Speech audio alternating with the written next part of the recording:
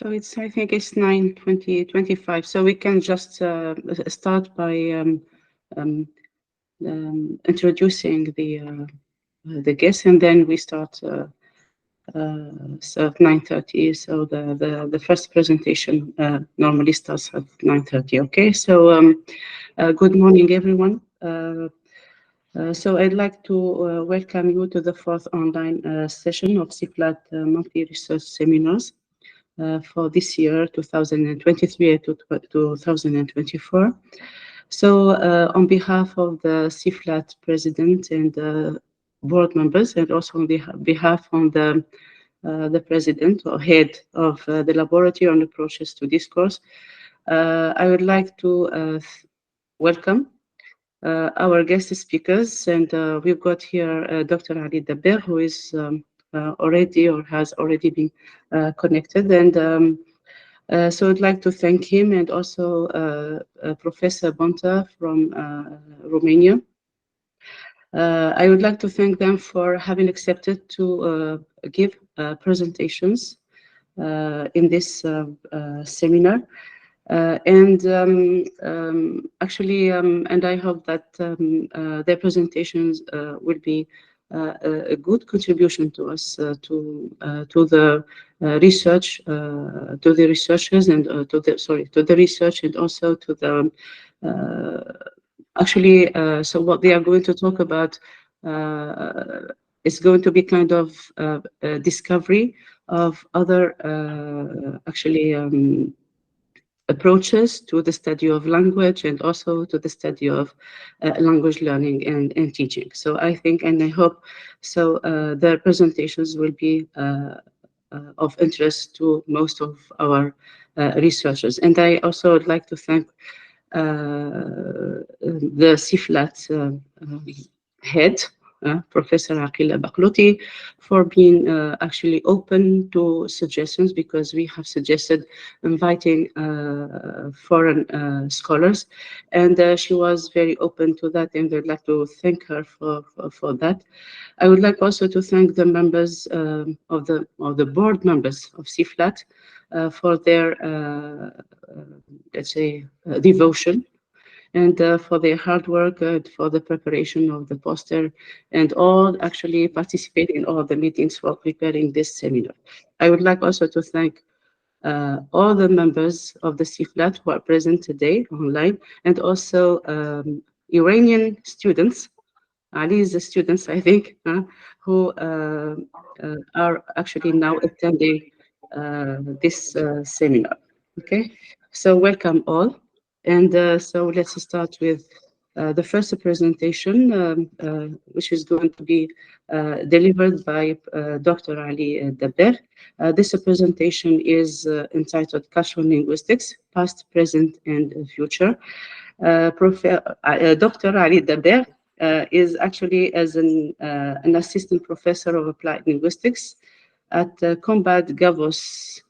So please correct me, Ali, if that's Gombat Kavus University. Kavus, okay, Gombat Kavus University, Iran.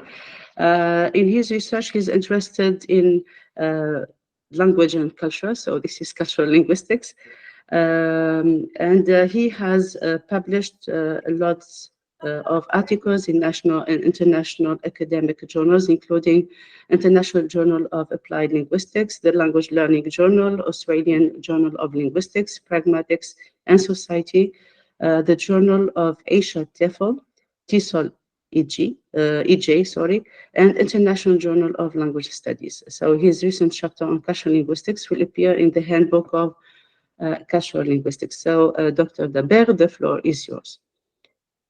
Thank you very much, Dr. Abid, and for your nice introduction. I should also thank the Systemic Functional Linguistics Association of Tunisia for inviting me, particularly Professor Salami Baklouti. I should thank you too to give me this opportunity to talk about the recent multidisciplinary field of cultural linguistics. So also I need to thank the participants, international participants. I find out that they might be from different countries, so I hope that I can have a good contribution to your academic event. So let me just share my desktop so that you can see the slides.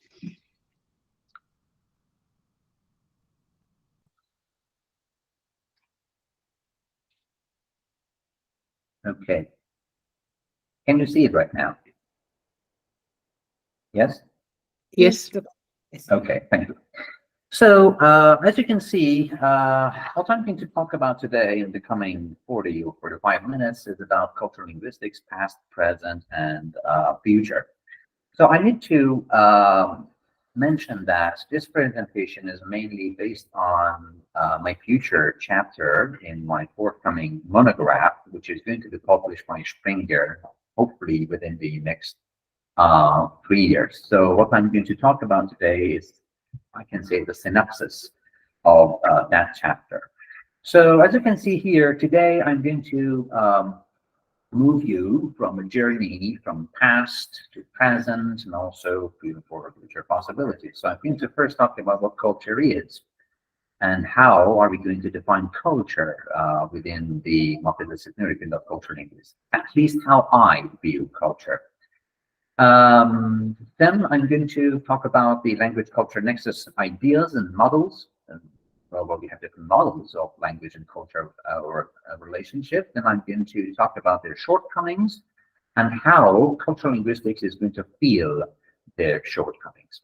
Then I'm going to talk about the present conceptualization of cultural linguistics, what we know now, right now, currently about the this multidisciplinary discipline. Then I will talk about the current lines of research in this discipline, what we have done so far, and then I will talk about the future, what is possible for our future path. So, as you know, culture is multi-layered, and there are lots of scholars who defined culture from different perspectives. But I see Claire Cramsh, a very well-known scholar in the language and culture discipline. I find her definition more thorough than the definition of other people. In 1998, Claire Cramsh wrote that culture is a membership in a discourse community that shares a common social space and history, a common imagination. So her focus is on commonality among people coming from different, coming from a particular discourse community, particularly. In 2015, in his book chapter in the Handbook of Language and Culture, he just revised that definition, and he said that, and she said that culture is no longer just objective way of life of a certain speech community, but subjective way in which the members of that community give meaning to things. So that kind of conceptualization of the phenomenon of culture brings let's say complexity and to the very nature of culture, because the way that I give meaning to let's say one particular phenomena might be different from the other person who is within my speech community. So, in order to understand cultural linguistics deeper and better, we need to find out what has been done so far about language and culture interrelationship, and what are the gaps. So, we need to stand upon the shoulders of giants, as Isaac Newton mentioned. And who are those giants who have worked in the past? There are great scholars who have worked on the interrelationship between language and culture, like Wilhelm von Humboldt, Frank Boas, Edward Sapir, Benjamin Lee Ward, Paul Friedrich, Karen Rissiger, Ishvan Kashkash, Gary B. Palmer, and recently the late Dr. Sharif Young, Professor Sharif Young. So each of these great scholars added their own contribution to our understanding of language and culture. So in order to go through their ideas, I just try to focus on some of their well-known quotations, within which you can find about their understanding and their contribution to language and culture interaction. So you have heard of linguistic determinism and linguistic relativity, perhaps one of the most well-known theories about the language and culture interrelationship. It starts perhaps from Humboldt in 1836, who had a very nice quotation. He mentioned that language is the formative organ of thought, and there lies in every language a particular worldview. So yes, Humboldt did not use the word culture, but by using the term worldview, he is referring to one aspect of culture, which is how people of different speech community approach the world. We go to Brian Boas, 1995. Of course, and that 1995 refers to some other edition of his main words. He said that it does not seem likely that there is any direct link between the culture of a tribe and the language they speak, except insofar as the form of the language will be molded by the state of culture. That is, culture can affect language, but not insofar as a certain state of culture is conditioned by morphological traits of language. So that is, a language cannot, I mean, in Boas's view, language cannot determine culture, language cannot mold culture, but it's the other way around. Culture can mold language, and culture can influence the way that we use a language. We go to Edward Sapir. Sapir mentioned that the complete vocabulary of a language may indeed be looked upon as a complex inventory of all the ideas, interests, and occupations that take up the attention of the community. And were such a complete thesaurus of a language of a tribe at our disposal, we might to a large extent infer the character of a physical environment and the characteristics of the culture of the people we are making use of it. So when we go to Edward Sapir, environment becomes important. It's not just world we do, but also the physical environment is going to affect the way that we use a language, side by side culture. We go to Worf. He has another conceptualization quite related to what Sapir mentioned, but in different terminology. He mentioned that we cannot talk at all except by subscribing to the organization and classification of data which the agreement decrees. So it seems that, directly speaking, Worf find culture as a kind of agreement decrees, kind of agreement among people of the speech community. It's somehow related to what Cranch mentioned is about commonality among people of a different, different people from one particular discourse community. So agreement, commonality. But if you go deep into these people's wording, these scholars of wording, you find out that particularly in case of work, the scope of their understanding of linguistic relativity is just language production rather than cognitive perception. That is, they didn't claim that human beings cannot perceive the world differently. That is, I, as a Persian speaker, it's not that I cannot perceive the world how, for example, Australian people do it, how you in Tunisia do it. But it's like that I cannot show that reflection in my language. So it's all about language production, not about cognitive perception. So these discussions about linguistic relativity, linguistic determinism, and so they came up with they end up with a kind of dilemma. So should we talk about language and culture? Should we talk about language in culture? Which one's correct? So here comes the ideas of Paul Friedrich, linguoculture. Paul Friedrich ends that discussion of language and culture, language in culture, by this quotation.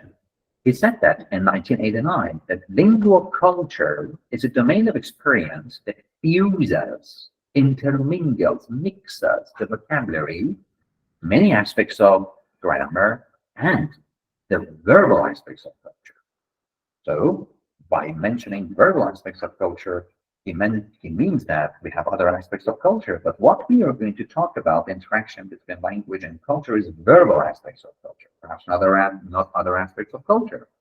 So by using that term that is lingua culture, hopefully it seems to be that ends the discussions of language and culture and language in culture. Of course, there were some other scholars like Michael Agar who talked about lingua culture, because Michael Agar believed that lingua relates more to language rather than lingua, but both of them are related to the same story. Then Karen Riesiger came to the story in 2012. He expanded the lingua culture model or lingua culture model by adding two aspects of it, two a concept to that. That is poetics of language and identity dimension. So by poetics of language, she means the four-meaning interplay to create meaning. That is, I, in my own lingua culture, let's call it LC1, lingua culture 1. In my own language, in my own LC1, I have one particular poetics of language. For example, I use a certain kind of metaphor in my poetic language, which might not be understandable or comprehensible to you in Tunisia, or to Australian people, or to American people, or to French people. And the other dimension is identity dimension. That is, the way that I talk, the way that I use language shows who am I, and who am I within my own society. It's kind of an indicator of my identity. It shows that this person comes from Iran. When I, for example, I refuse the invitation to a party a lot, and after lots of refusal, and I finally accept it. This is the Persian culture of Karo, we say in Iran. That is, we do not. It's rather impolite that if somebody invites us to a party, we quickly accept that. So if I do the same when I am having interaction with you that do not come from my home culture, so it's like that I am revealing my identity. Who am I? So my lingua culture shows my poetics, shows my identity as well, particularly social identity. We have some other analytical frameworks and models about language and culture nexus. For example, Times speaking model. You are familiar with that, I'm sure. So that's setting, participant, ends, act sequence, key, instrument, norm, and genre. So it's about, again, somehow formalizing what culture is and what context is. Ishwan Kashkar's model of dynamic model of meaning. Or we have another Iranian scholar who talked about culturing. In fact, that's a blending term of culture and language. So, of course, Pishkadam used the analytical framework of Times, speaking in light of culturing analysis. That is, we analyze different speech and different instances of language in light of speaking model, and then inferring, okay, that's analysis shows which aspect of that culture. Cranch's sphere of interculturality, you're already familiar with that. So we have LC1, LC2, and then the intermingle of it, we have some space in between, which is not just LC1, which is not just LC2, but something in between it, has both characteristics and also characteristics of its own. You can find it when we have intercultural communication. I come from Iran, you come from Tunisia, and then within this sphere of interculturality, some new culture is going to emerge. And also Palmer's cultural linguistics. In a short time, I will talk about that. So all these models were good, and they are being used in the current research. Nobody said that linguistic relativity is wrong. Nobody said that kind of speaking is wrong. Nobody said that, for example, dynamic model of meaning is wrong. But all of them, it seems, to my understanding, suffers from two main shortcomings. The first one is that all these model systems, to some extent, some of them, they fail to capture the dynamicity and complexity of the concept of culture and language. So I defined culture at the beginning of my talk. I referred to Kant's idea of complexity of culture. This is a reality. Culture is changing every time. And also language is changing every time. So it seems that, for example, a speaking model is not enough. We need to have something else. At least we need to update the model. It seems that when you're talking about linguistic relativity, we should not just think about culture of a whole tribe as a homogeneous culture. There are lots of changes on the way. So if we approach language and culture interaction with those models, it seems that we are having a kind of essentialist view of both language and culture. The other problem is that we forget about the cognitive aspect of culture. That's very important. That is, because we forget about cognition in culture, it seems that we forget about emergent nature of culture. What William Baker talks about it a lot in his papers published from, I think, 2012 up to now. He emphasized on the emergent nature of culture. So that emergent nature has its roots in cognitive perspective toward culture. Of course, this is not something new. That is, if you go back to the history, and particularly cognitive linguistic studies, you find the call for having a kind of cultural perspective towards cognitive studies. So it always starts with Benjamin Lee Worth in his book American Model of the Universe.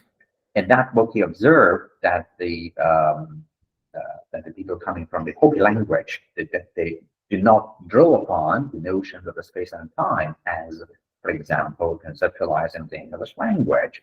So we mentioned that it seems that the mind of the Hopi people, their cognition, respect particular configuration, the term that Worth talked about it. Later on, I will say that configuration is rephrased to conceptualization when it comes to cultural linguistics.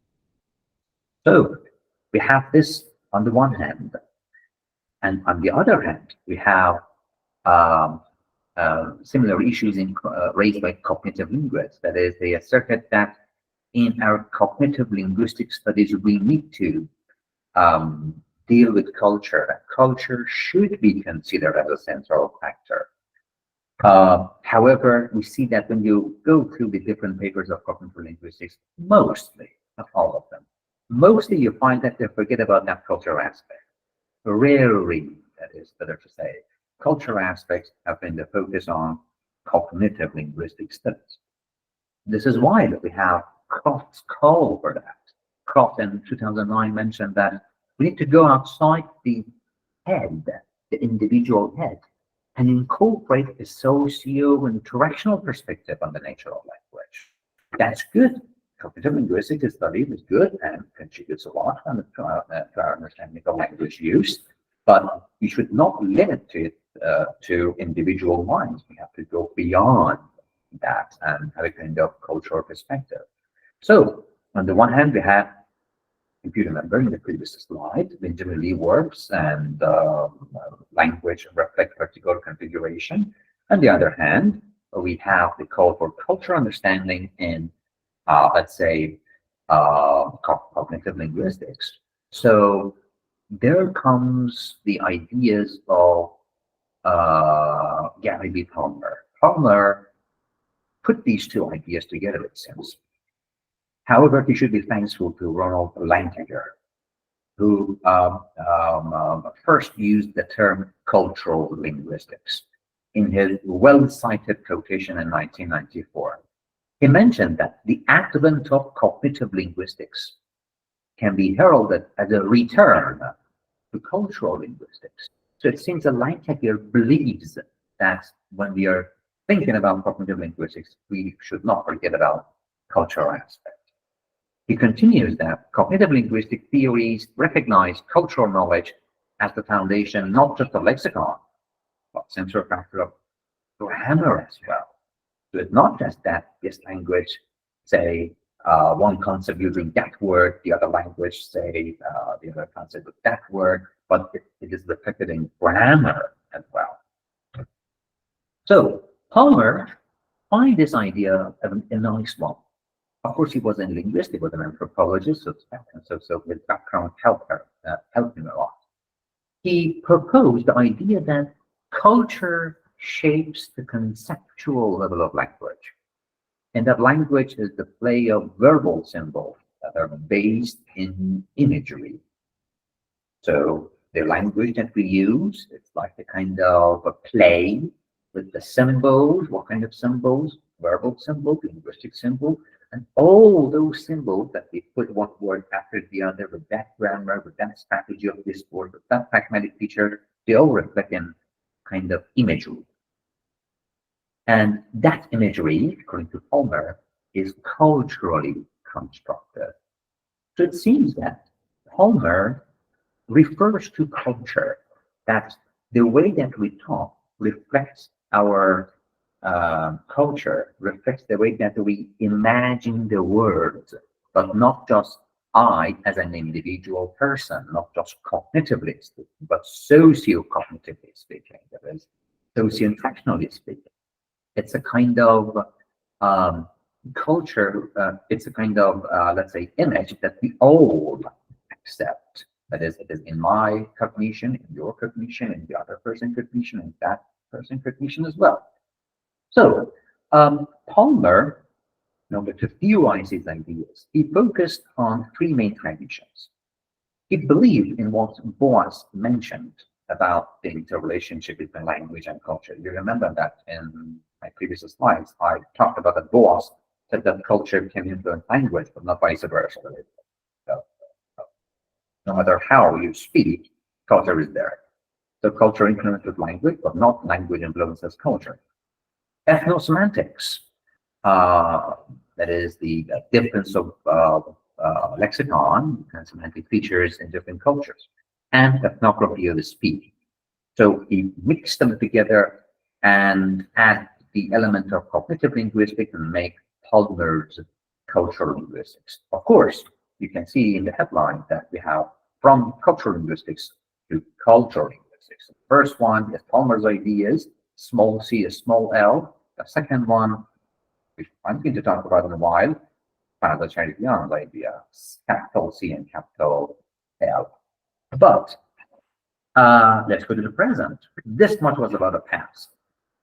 So you may find out that the past is with lots of models. We have linguistic activity, lingua culture, cultural linguistics, and Palmer ideas, and all of them are suffering from some sort of shortcomings, some sort of let's say not viewing the picture completely. It's like that all those scholars are in a dark room, there's a large elephant inside it, and then they touch one part of the elephant and then they refer to that. That's a tail, that's a nose, that's I don't know, the leg and so on. So they were all right, but they do not provide a complete picture of it. So here comes Charitian's idea. Of course, Palmer's ideas were criticized because of the shortage of a solid cognitive underpinning. Although Palmer claimed that his theory of cultural linguistics is rooted in cognitive linguistics, but when you read this book, you may not find that much solid foundation on cognition and cognitive linguistics. So Charitian came and tried to expand Palmer's idea. He found Palmer's idea a very nice one, but he thought that he needs to expand the idea. How? He tried to give it a kind of multidisciplinary perspective. So he talked about cognitive psychology, complexity science, distributed cognition, uh, and put them together and makes it a kind of multidisciplinary perspective towards cultural linguistics. And in order to differentiate it with Homer's idea, we use capital C and capital L to refer to his own ideas. So cultural linguistics, as we understand it today, has two main frameworks. That is, theoretical framework and analytical framework. So at the heart of theoretical framework, you can find the notion of cultural cognition, not individual cognition, cultural cognition.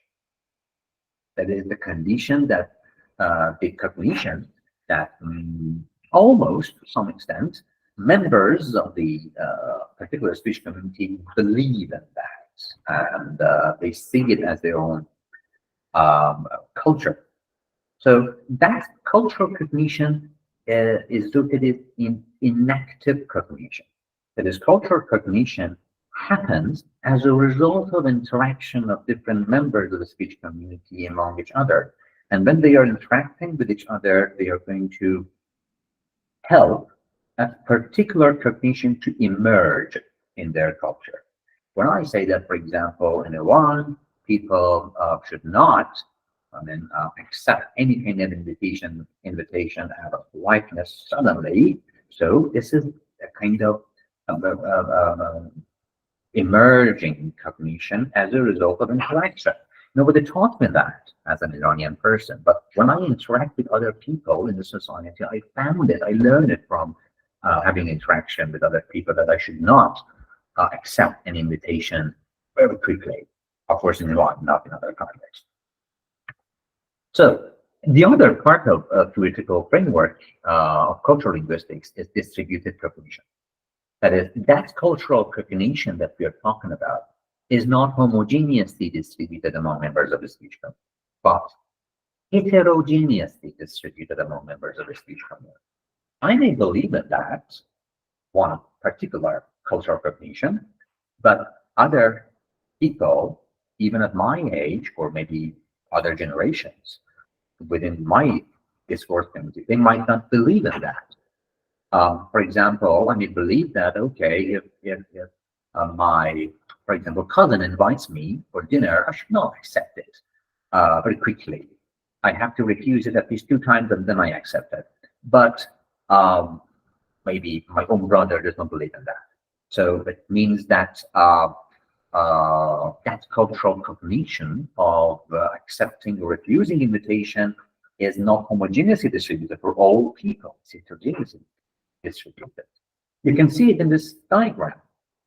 So you find out that we have cultural cognition at the top, as, for example, 5 components, A, B, C, D, and E.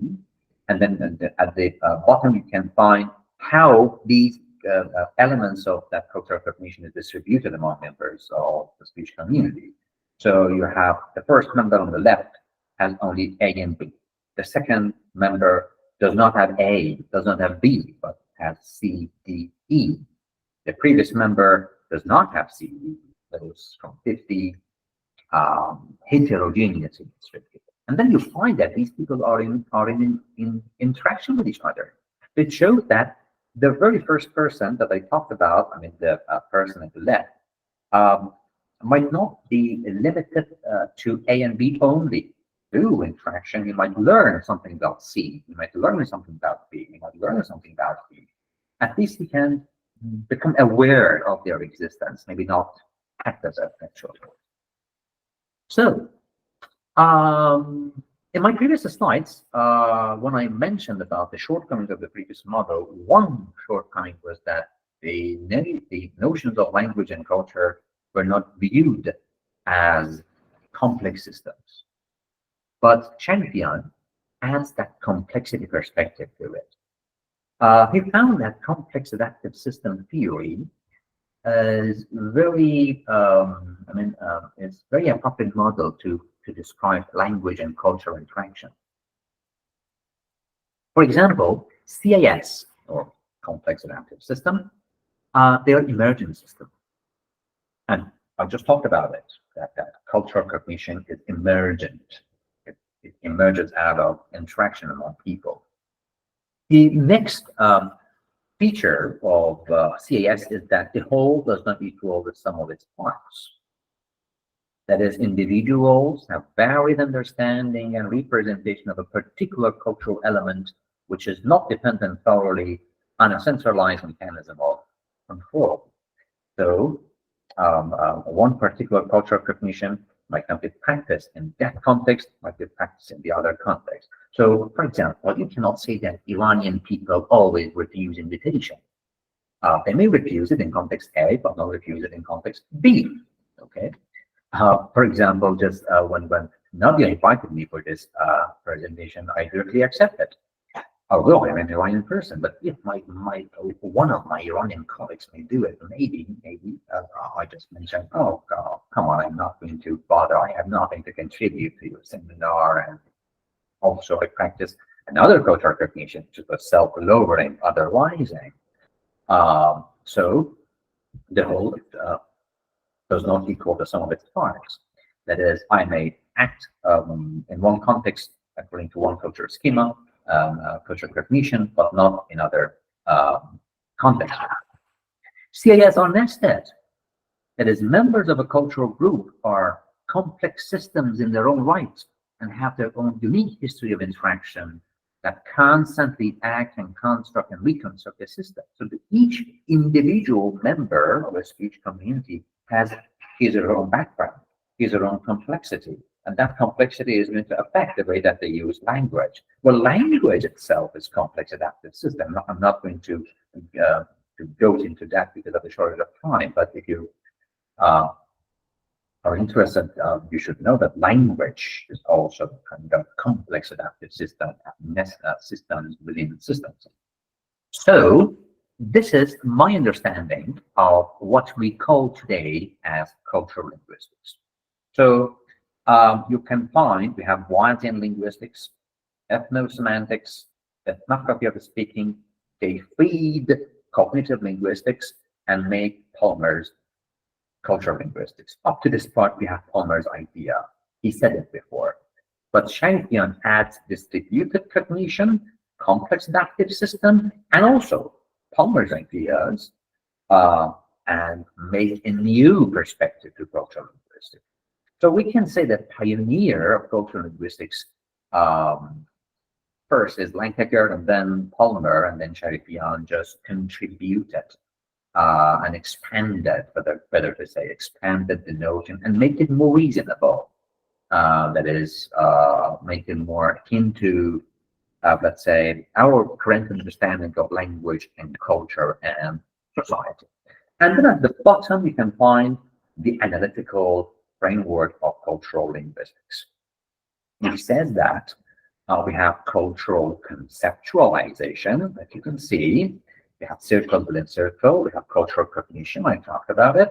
And then within that cultural cognition, we have cultural conceptualization that consist of three main elements: cultural schema, cultural metaphor, and cultural category. That they are in interaction with language, I mean, different aspects of language. So then let's talk about different elements of cultural linguistics. So this cultural schema, metaphor, and category. Well, we are all familiar with the concept of a schema, I hope, I suppose. But cultural schema, according to Sharifian, 2015, is a culturally constructed subclass of the schemas. So it should be culturally constructed. That are abstracted from the collective cognition associated with the cultural group, and therefore, to some extent, based on shared experiences, common to the group, and opposed to being abstracted from individual idiosyncratic experience.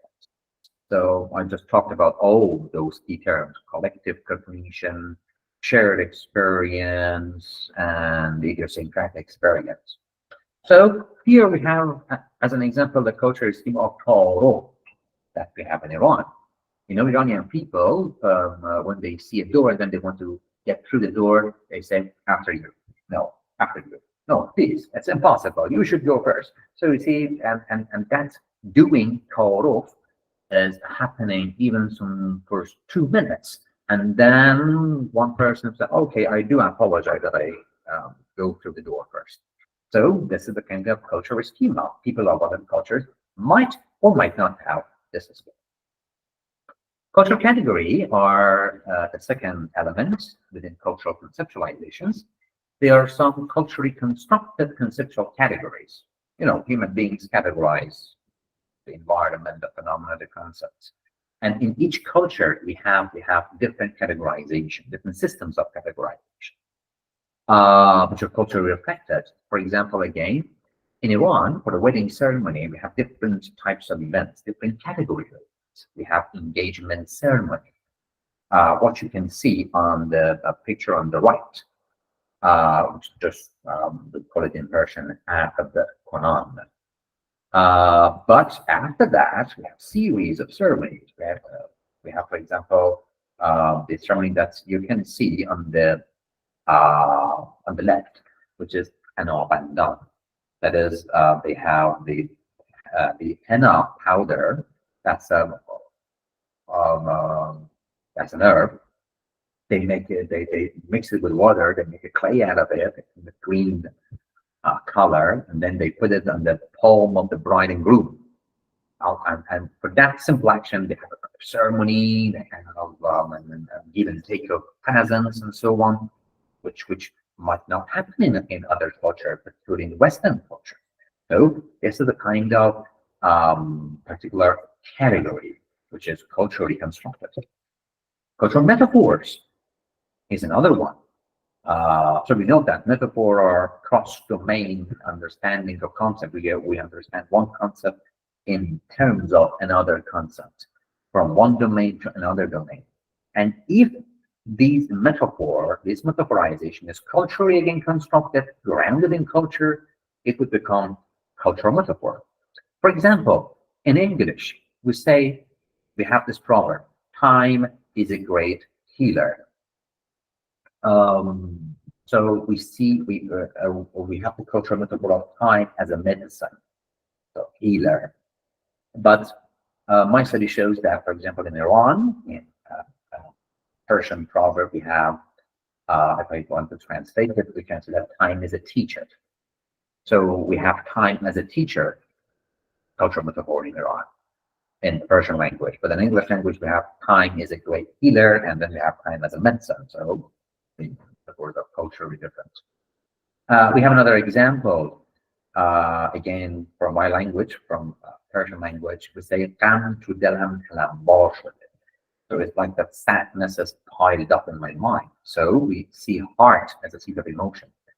I read in a paper 8 years ago. I do not remember which language it was, but in that language, they conceptualized kidney as a seat of emotion. So the metaphorization might be different.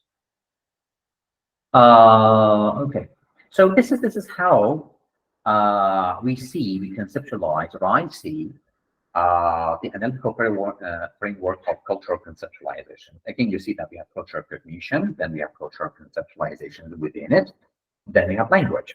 So, but my contribution to that model was that I do not see cultural category, cultural metaphor, and cultural schema as separate.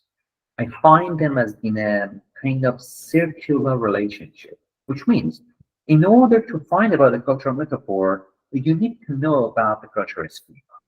In order to extract a kind of cultural category, to identify cultural category, you need to know about cultural metaphor, cultural schema. My previous studies have showed this. And these interactions, that is cultural metaphor, schema, category, are in relationship with, or can be manifested and be reflected in different layers of language: morphosyntactic features, pragmatic, semantic, discursial, and so on. Okay, so let's go to the lines of research. And what have we done so far? Me and some other great scholars, particularly Professor Sharikian in expanding this line of inquiry. So mostly you can find book publications. I don't know for what reason, but mostly publishers are welcoming book chapters and book publication. Perhaps it's natural because this discipline is only 15 or 16 years old, at most 20. So we need to have more publications, more space to talk about our ideas, and books can provide us that space. So you can find here Sharifian's books, mostly published by John Benjamin and Springer. And recently, of course, we have edited volumes. In June, if I'm not mistaken, the Handbook of Cultural Linguistics is going to be revealed. 3 big volumes, lots of chapters. I contributed to that with 2 of my colleagues as well. And I myself, I'm writing with another of my colleagues, Dr. Paolo Georgis from Italy. We're working on a new contribution to cultural linguistics, which will be published in Springer, hopefully, maybe in 2 or 3 years. So I went through different papers that are published from the past up to now within the discipline of cultural linguistics, and then I tried to have a kind of very sketchy categorization of those papers. Most of papers in cultural linguistics fall below the discourse analysis. That is, we can analyze discourse in whatever form it is and extract different cultural conceptualizations from that discourse. So it can be response to compliments, for example. It can be conceptualizations of I. It can be conceptualizations of shame. It can be conceptualizations of love. It can be conceptualization of time, my own paper, or conceptualization of woman, my own paper again, published in Pragmatics and Society, or conceptualizations of gratitude. How Iranian people conceptualize gratitude when they write in English. Again, my paper published in Australian Journal of Linguistics with Dr. Asheni. In 2017, I started a new line of inquiry within cultural linguistics that I make a link between perenniology, the study of proverbs, and cultural linguistics. I find proverbs very good source of culture. Culture reflects in proverbs. So conceptualizations of time in Persian and English proverbs, of course, if you do it comparatively, the results would be very interesting. And also conceptualizations of women in Persian and English proverbs. Literature, if you're a person of literature and literary studies, in literature you can find lots of ideas and lots of conceptualizations. As I said, my own book chapter in Handbook of Cultural Linguistics would be out in June. We investigated conceptualizations of homeland in Rumi's poetry. Perhaps in future you're going to, for example, compare how Shakespeare conceptualized homeland in his different works, compared to, for example, how Rumi, an Iranian poet, conceptualized homeland. Or in novels, in travelogues, in many different genre or literary genre. World Englishes, yes, we have a monograph, an edited volume, but better to say, an edited volume popped out in 2021, edited by Dr. Swadekhpour and Dr. Sharifian. So, of course, the idea again started with Sharifian in his paper published in the Journal of World Englishes, Cultural Linguistics and World Englishes. That's a very nice article. If you go through it, you can find lots of ideas how World Englishes can be related to cultural linguistics. But we have in other forms of Englishes as well, like Persian English, Asian Englishes, Vietnamese English, Chinese English. I don't know if we have Tunisian English or not, but if you do, I strongly recommend that you conduct study on that. Foreign language education, you can mostly find my name there. in publications, particularly when it comes to analyzing foreign language education policy documents and ELT programs. So I just talked about how policy documents have reflected different conceptualizations in those documents. Translation studies is another fruitful line of inquiry, particularly the notion of translation equivalence.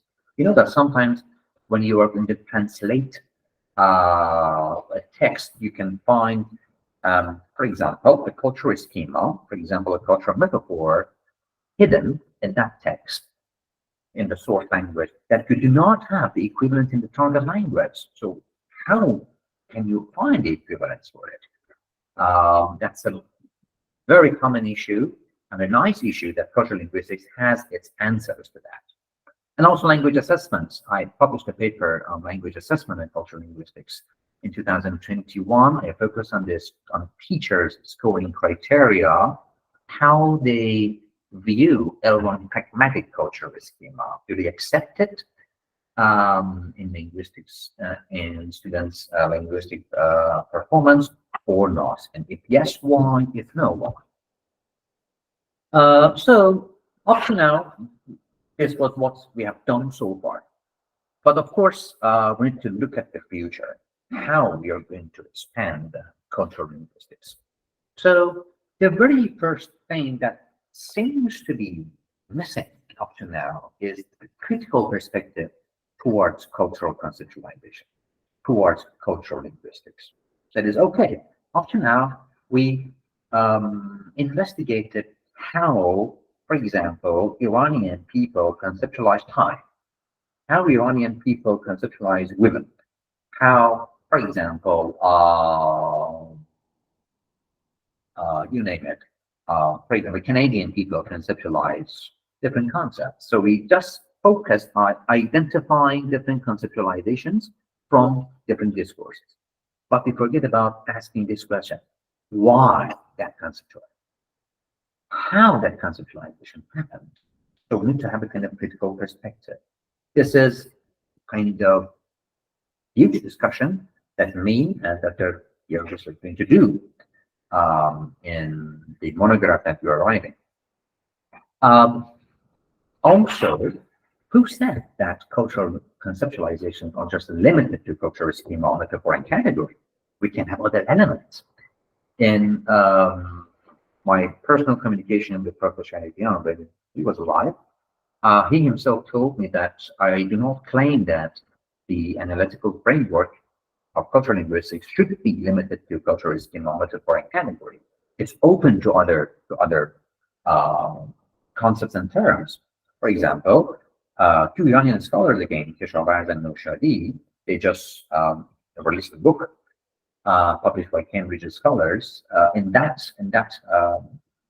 monograph, they provided a new model, a new analytical framework for cultural conceptualizations, and then they add cultural value to the other three elements. Film analysis as a new discourse, or better to say, media analysis. Why not?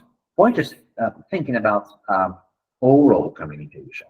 But today, thanks to technology, we have online communication and social media, Instagram, Twitter, and so on. So there are lots of conceptualization hidden there. The way that people respond to a comment, the way that people comment to a post on Instagram, they can have some cultural conceptualization. Some people might hide their cultural schema in online space. Some people may reveal it.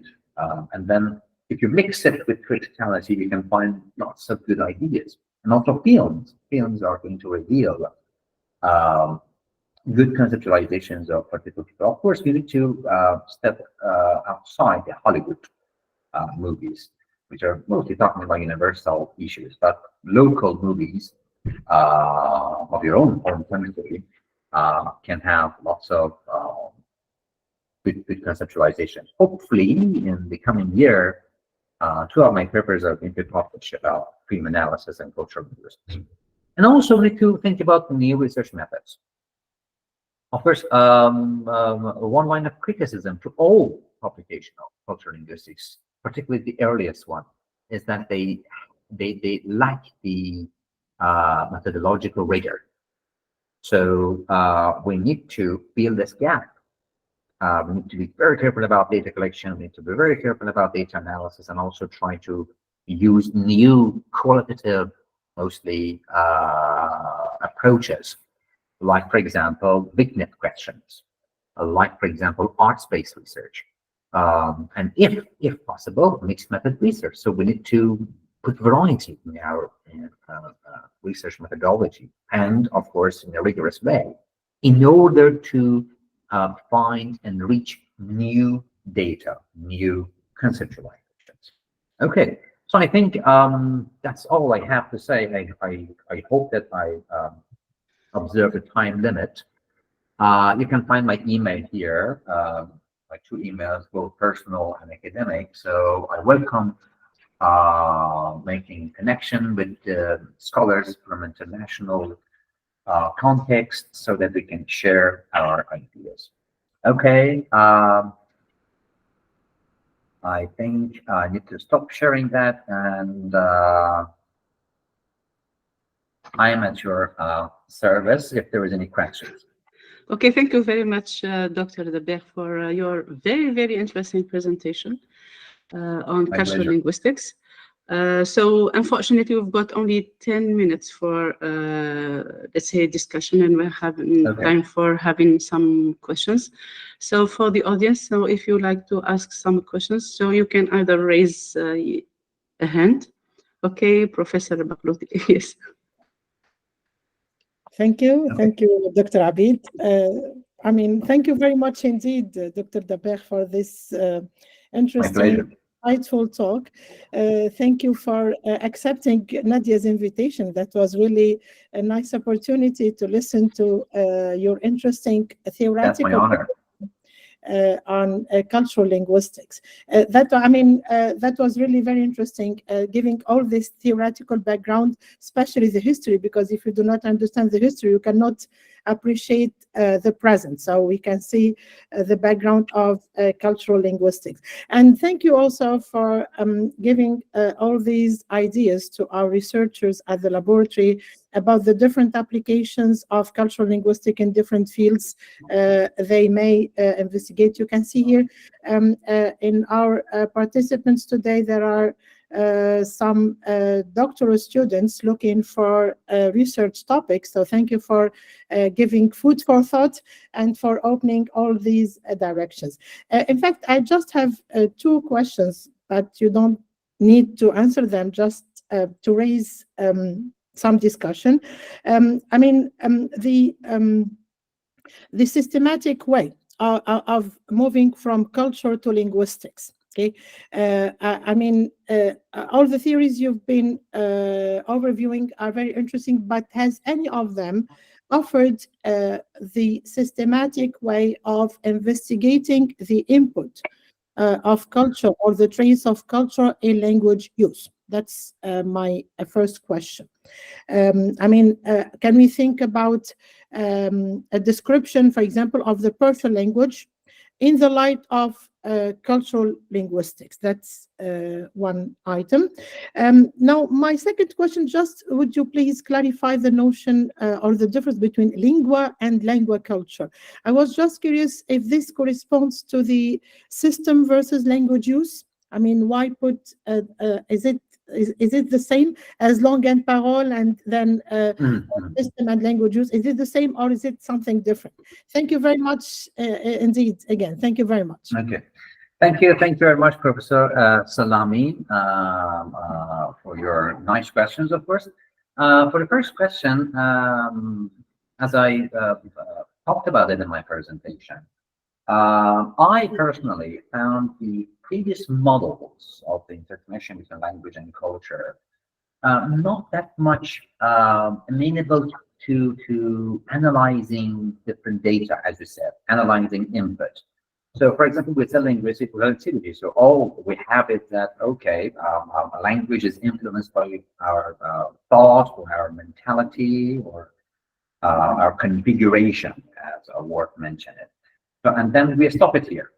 And we do not have any analytical framework. Okay, how am I going to go beyond that? That is,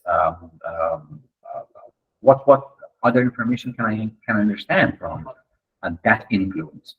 So when we go to speaking, I mean, Delheim's speaking model, we find that, okay, we have at least something to analyze, but still, as I mentioned, it's had a kind it has a kind of essentialist perspective toward the notion of culture. It doesn't take into account the complexity, the emergent nature of culture.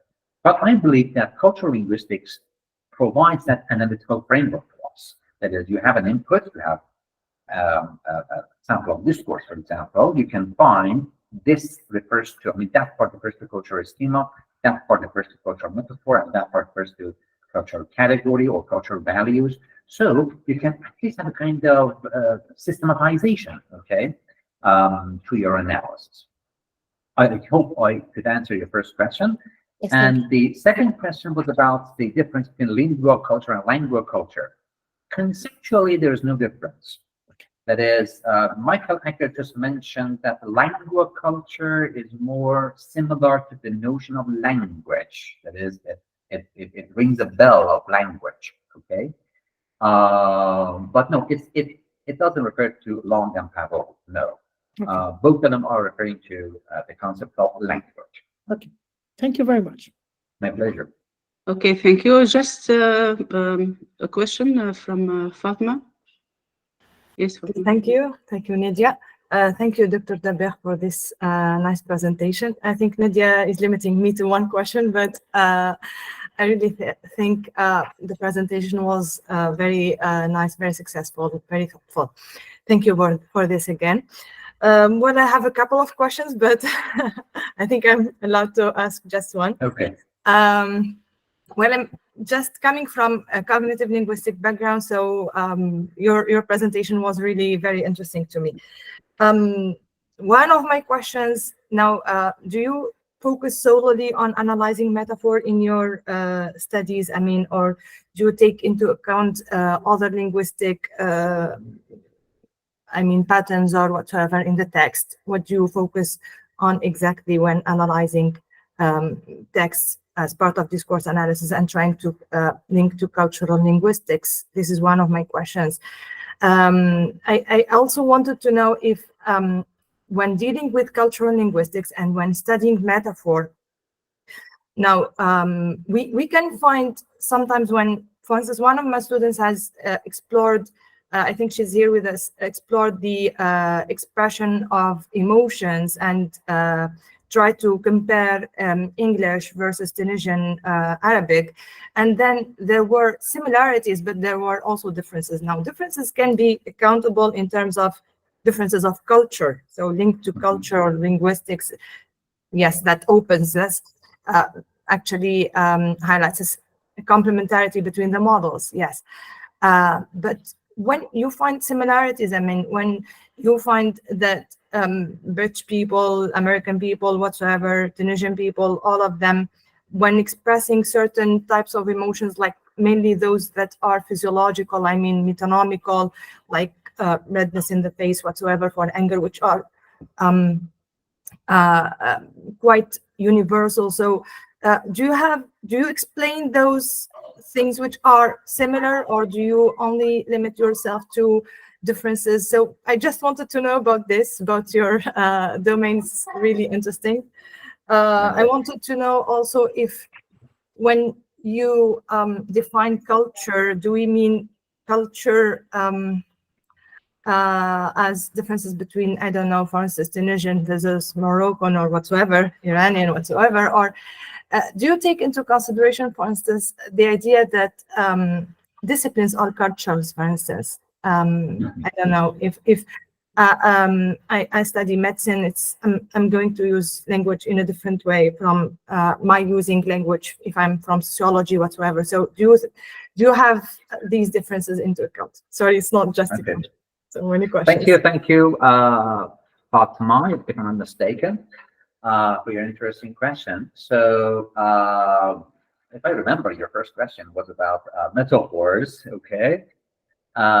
Yes, in my own studies, if you go through my papers, you find out that the analytical framework that I used to analyze a different sample of language was cultural linguistics, that is called cultural conceptualization. So in order to follow that analytical framework, I have to search for the three elements of cultural linguistics or cultural conceptualization. That is cultural schema, cultural metaphor, and cultural category. But sometimes it happens that in the data that you have, you can find only metaphors or only categories or only schemas, okay? Sometimes some reviewers just remind me that, hey, look, you have three elements, but you have just extracted two of them in your data. And then I convince them that it's possible. That is, human beings can draw upon cultural schema, but not metaphor in one instance of language use, okay? But no, I just not focus on metaphor. I just focus on schema as well, and also category. And as I told you, they are interconnected. Okay, that is, in order to understand one particular cultural metaphor, you have to have a kind of background knowledge about that culture schema as well. Okay, and your second question, if I again remember it, was about do I focus on one particular culture and do I focus on universalities or no? Yeah. So, when we say it's cultural conceptualization, not conceptualization itself, we need to be very careful that that our findings in our research, in our data analysis, do not focus on universalities. Because if we focus on universalities, nothing is interesting for our readers, and nothing is maybe usable for our readers. Okay, so why? Because I do believe that the outcome, the findings of cultural linguistics studies can be very useful for politicians in intercultural communication. For example, international coach in football, for example. So, for example, when I, as a coach, as a football coach, I'm leaving my country to be a coach in another culture, I need to know how these people use language. I need to know about their cultural metaphors, cultural schema, categories, so that I can make a better relationship with them. So if I just focus in my studies on universalities, it's not interesting for other people. So I need to focus on what is idiosyncratic in that particular culture, which is not common among all people around the world. That's why we have cultural metaphor, cultural schema, cultural category, not metaphor. Yes, in cognitive linguistic studies, your own background, we focus on metaphorization. But when it comes to comparing different cultures, particularly, we find that, for example, in Iran, we say that teachers are candles. Okay, I don't know if your metaphor teacher in your culture, but I was talking to one of my colleagues in Italy. They said that no, we do not conceptualize the teacher as a candle. We conceptualize teacher as a potter. Okay, and of course, if you look at it critically, you can find the reason of that. Because, in Iran, teachers suffers a lot, they work a lot, with low income, so they have to burn. Okay? But in other cultures, no, okay, they paid well, so they are like a potter, they make something out of the raw clay of the students. So that's why I believe that we need to focus on the differences rather than similarities. I hope I could answer your Thank question. you very much. Thank you. Thank you. So thank you, Dr. Dabbagh, for the interesting presentation. Thank you. Okay, big thanks to the audience. Unfortunately, so we've got some other questions, but I think I'm going to send the questions via email. Definitely. And if you do not mind, so can you give me the permission to share your email address with anyone who wants to connect with you and to discuss I with will you. appreciate it. Yes, Okay, thank you. Thank you Yes. very much. Now it's time to listen to Professor Bonta. She is already here. Just Okay, thank you. It was nice listening to you, Dr. Media. Dabbagh. Thank you very much. Media. Thank you very much. I hope I might not sound rude, but I have other classes No, to attend. I Yeah, have to just teach. one, I may. media. yes. Okay, Yeah. Dr. Dabbagh, would you mind that we put your the recording of your session on our YouTube channel? Would you mind Yes, that? yes, You yes, don't mind? yes. No. That's okay. Okay, thank That's you. okay. Wanted I to have appreciate it. information. Okay, And please send me the link as well. yes, sure. Thank you very much. Thank you. Thank you. Okay, So thank you. goodbye, everybody. I hope you the best. Peace Thank and you love. very much. Thank you. Thank you. Goodbye. Thank you. Yes. Goodbye. Okay. Good morning, Elena. Good morning. In fact, it is good afternoon for me because it is after 12 o'clock in Romania. Yes, Okay. I'm very happy to meet you again. And at the same time, I would like to thank you so much for your kind invitation to be today here with you and share a little bit of my research in language autobiographies. I'm honored for this invitation.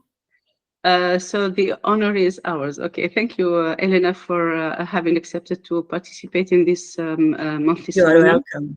You are very So, but let me introduce you to the audience and the people who are listening to us, mainly researchers, colleagues, and also PhD students. So Professor Elena Bonta is actually professor at the Faculty of Letters, Vasil Alessandri. Am I Da. right? Yes, Vasile Alexandri. Romania.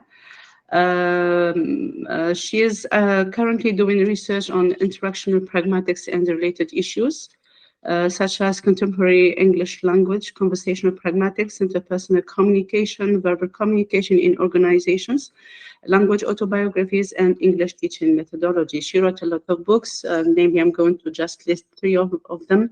One of the books is entitled Pragmatics of the Conversational Discourse, 2015, English Lexicology from Theory to Practice, 2004, and Understanding Language Autobiographies that appeared in 2015. Professor Bonta, the floor is yours to talk to us about language or the language autobiographies. Yes, thank you very much. I would like to upload a PowerPoint presentation, but I don't see exactly where to look for because I can't find it here. There is Elena. Hi. Yes. There is an arrow at the bottom of the screen. An arrow just close to the hand icon. Yeah. Yes. Yes. This arrow, you just click on it. There is. Oh, yeah, yes.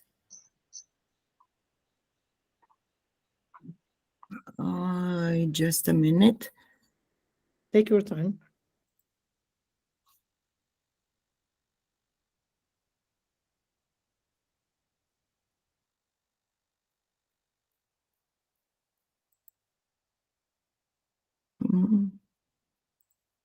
No, I don't think I can find it. I have spotted the arrow. Sorry for this technical problem from the very beginning. Oh, no problem. Take your time. The arrow is, so you have the hand icon and Yes. And then you have the arrow, which Yes. goes that way. Yes, before the hand. Yes, just before the hand. Click on it. Yes. And then you have present now. No? No, this is why I Okay, so there is another possibility, if you don't mind. You can send your presentation to Neja and we'll be sharing that for you, if you like. absolutely.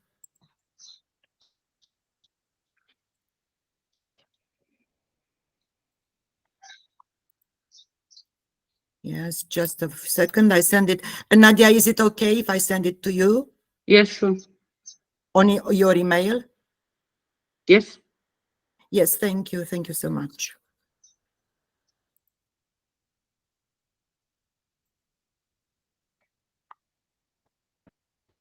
Because I don't have that on my screen, you know. No, actually, it said that I'm not allowed to share anything. Oh, I'm so sorry. So I think now she has to send it to Hannah or Amini. Or... Yeah, but I think it's we are wasting time, and it is your time, and shall I I share? already sent it to you. I have already sent it. Okay, to no you. problem. I forward it to ISFC. Okay, because Okay, yes, no because problem. I have no button here. I'm sorry. I don't know why. No worries, Elena. No worries. This happens all the time.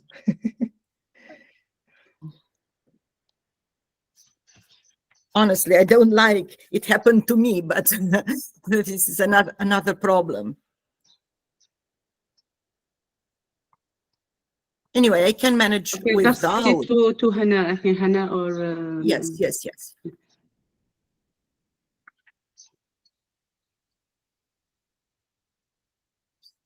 So until it comes, I will start by saying a few words. Yes. So the topic of interest today is language autobiography, which is part of my research work. I have never even dreamt, researching language autobiographies, but it just happened when I took part in 3 international projects, which offered me this possibility to come into contact with language autobiographies and to learn that they are really a very rich field of interest and at the same time a rich field of research. So I started to work on them. And of course, I tried to understand from the very beginning what they are, in fact. Language autobiographies are personal narratives, that is, modes of communication that offer individuals the possibility of understanding the outside world and the inside one. According to Pavlenko, they are known under linguistic autobiographies, language learning protocols, language learning accounts, language journals, or diaries. So they are accounts of the way in which they make sense of individuals' experience with the world around. At the same time, they are a powerful research tool in qualitative research, whose concrete manifestation is represented by qualitative data analysis. And they are based on reflection. Considering the literature on reflection, Roberts reminds us that reflection and research on reflection was done according to the position that researchers take towards reflection. That means we can talk about reflection as thinking, reflection as voicing in the attempt of getting knowledge, reflection as a revisioning that encourages renewed courses of action, reflections as transformations, that is, transformation of ideas, behavior, or action. So all of these directions encapsulate the idea of reflection as a learning strategy. This is what practically made me study language autobiographies in details, because my research work is based on pragmatics, on verbal and non-verbal interactions, on interpersonal communication, and at the same time with didactics of the English language. So I considered that they are very useful for my entire research work in all these fields. In order to understand language autobiographies, we need to understand where did this preoccupation with them come from. And the interest is nothing but the consequence of what was called the turn to biographical methods. That is the contemporary interest in studying and working with biography, through which meaning and authenticity are constructed. The emergence of biographical research as an accepted critical scholarly method of investigation since 1980 means a development, in fact, or a significant evolution in humanities research over the last 3 decades. Another point of interest is the preoccupation that the Council of Europe manifested in lifelong learning, and at the same time in language autobiography. The supporting ideas are, on the one hand, that they are forms of learning, which implies development of knowledge, new skills, attitudes, behaviors at any stage of life. And on the other hand, they can inform the pedagogical field about the diverse factors that influence language learning and acquisition in order to refine strategies and at the same time techniques to find solutions that are meant to raise intrinsic motivation in language learning and to develop new competencies.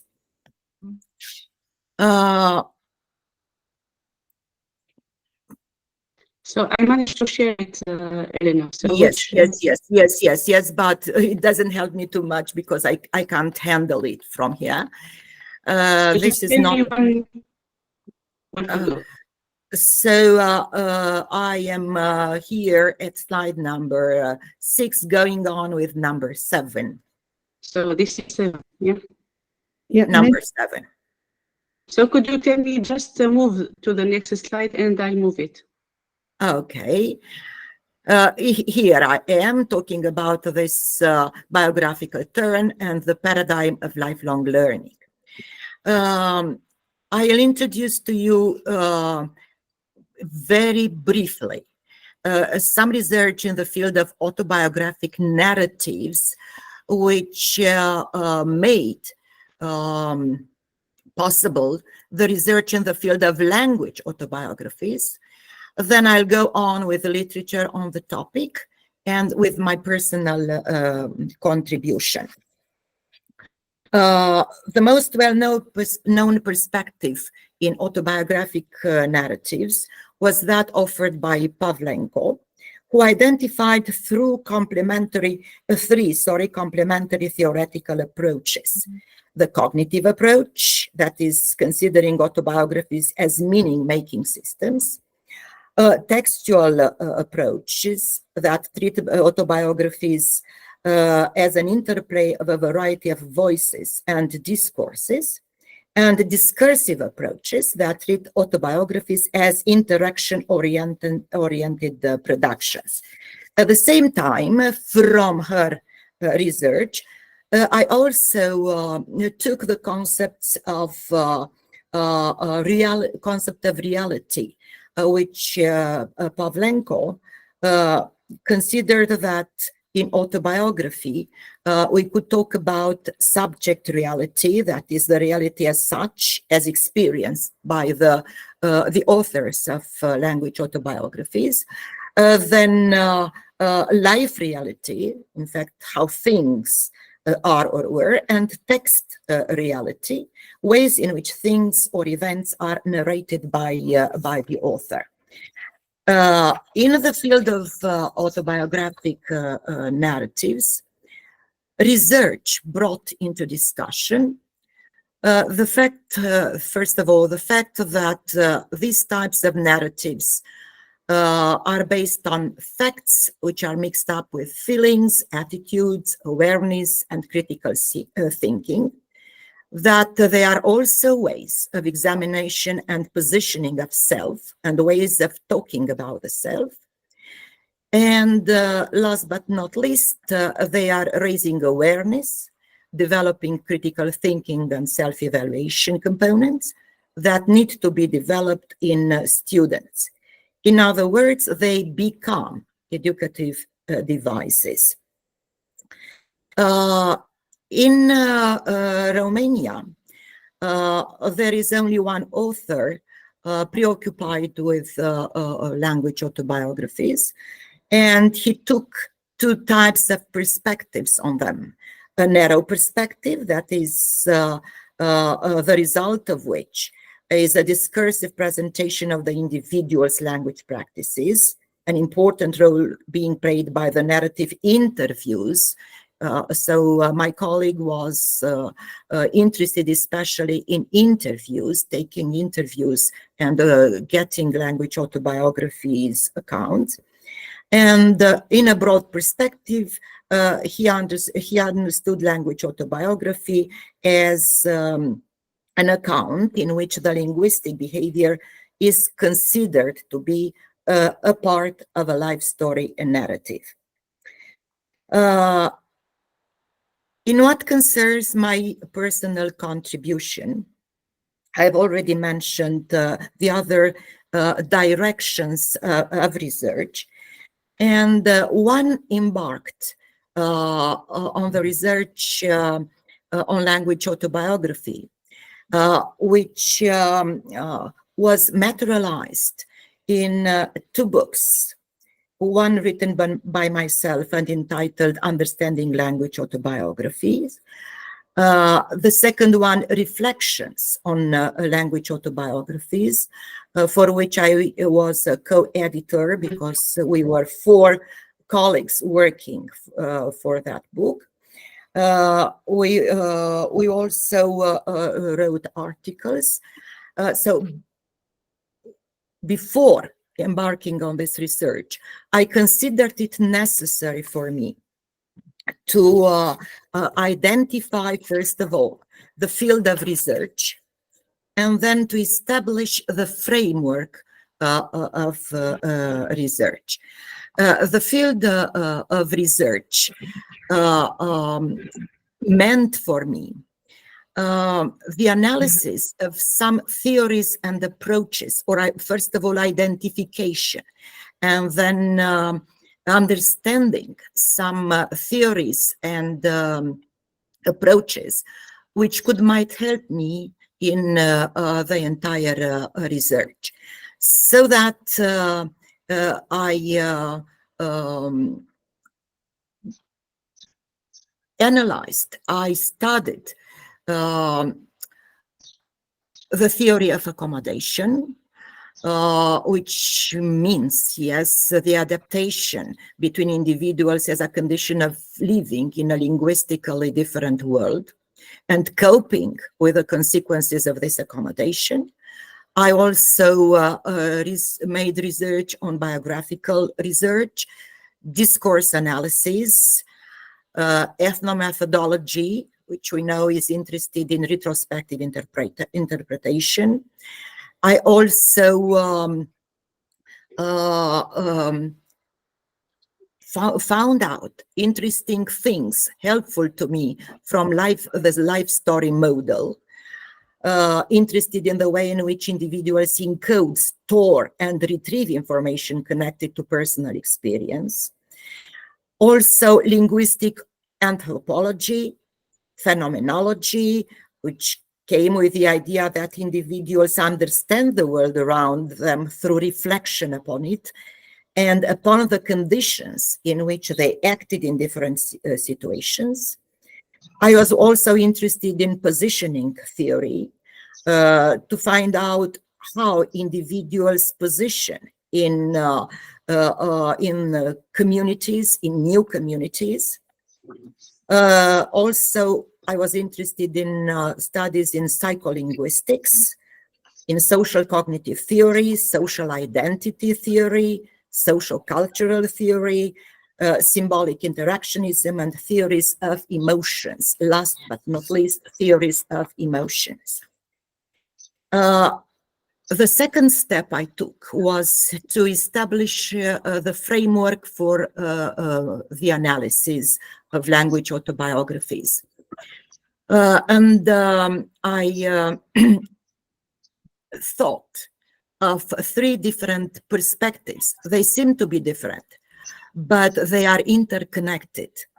The first perspective I took was that which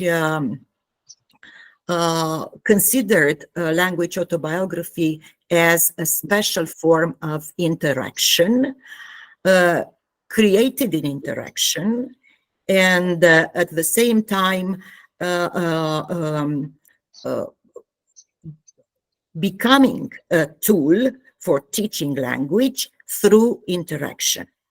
It sounds a little bit crooked, but I'll explain all this.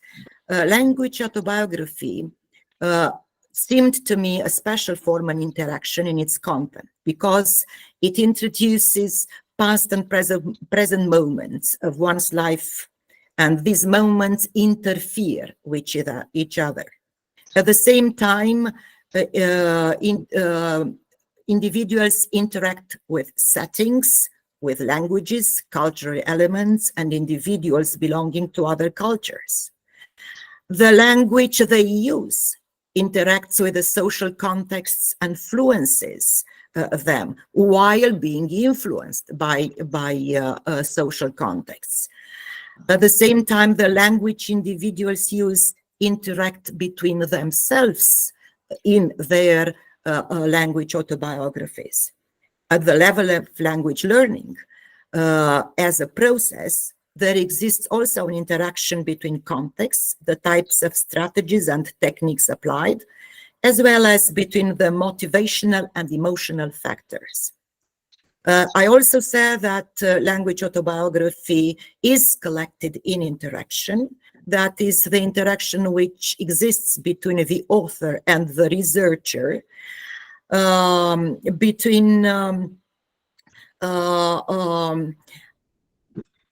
through interviews created. This interaction is created through interviews or through the written narrative autobiography, or through the visual representations of the individual's linguistic trajectory of languages, that is which can create the interaction between the author of the language autobiography, of the visual presentation, and the viewer.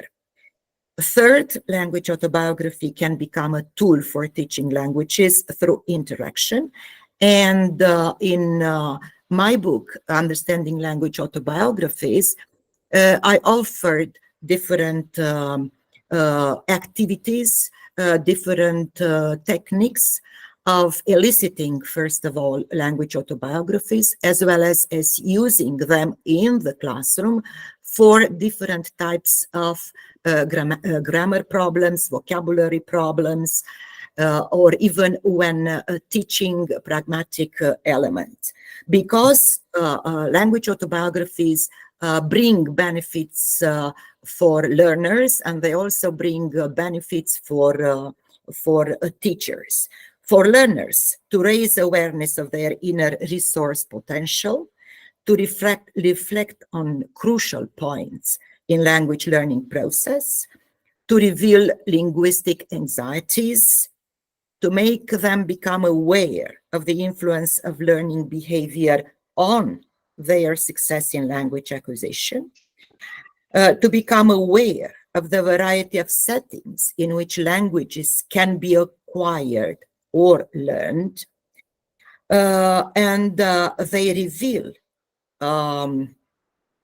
the authors of language autobiographies, their perceived level of success, the importance of exposure to language in natural settings, the role of the language classrooms, and all the steps they take in the process of learning with what can be called ups and downs of this process.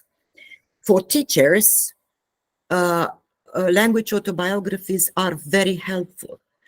They may help teachers become more aware of how their students and themselves have passed through all of these steps of learning a language. They may become more tolerant of the pupils' mistakes as they are remembering making such errors themselves when they learned or acquired languages. The second perspective I took on language autobiographies was the narrative perspective. And for our analysis, we took into account Fisher's narrative paradigm, following the narrative coherence fidelity along with a set of dimensions and a set of approaches at the same time. We mentioned, and there were at one moment on the screen on my slides, the dimensions which I took into consideration. That was the psychological dimension, the constructionist one, realistic, interactional, performative dimension, developmental, and functional dimension. The approaches which I also took into consideration were the linguistic approach, the ethnographic one, the cognitive approach, thematic approach, textual approach, discursive one, and last but not least, the social pragmatic approach. And at the level of considering that language autobiography is a narrative account, I was interested, as I said, in its coherence at the level of the plot, with its evocative language, with its grammatical cohesion, and also lexical ties. In terms of the events, that is in the next slide, I was interested in the human action experiences, the way in which they were organized, the way in which they were related to the social context, the way in which they were selected by respondents, and the effort made the respondents had to make in order to give sense to all of their actions. At the same time, I was interested in types of events from particular points of view, that is analyzing the major events and the minor ones which contributed to their success in language. I was also interested in the flow of time, that is in how individuals give shape to the time of their life, and how they made sense of time in their accounts. At the level of the characters, into inverted commas, because the characters were the respondents themselves, I took into account the relationships between individuals, that is their positioning in interaction with peers, in interaction with languages, in interactions with new social contexts in which they used the new languages. Also in the construction of the self and in the construction of their identity. Here, I was interested in the choices that determined the construction of the self, and also in the change of their identity over time. I was also interested in the way in which narrative fidelity could be noticed in their language autobiographies. That is particularly in the construction of reality. Was it objective or subjective? And in the structural analysis.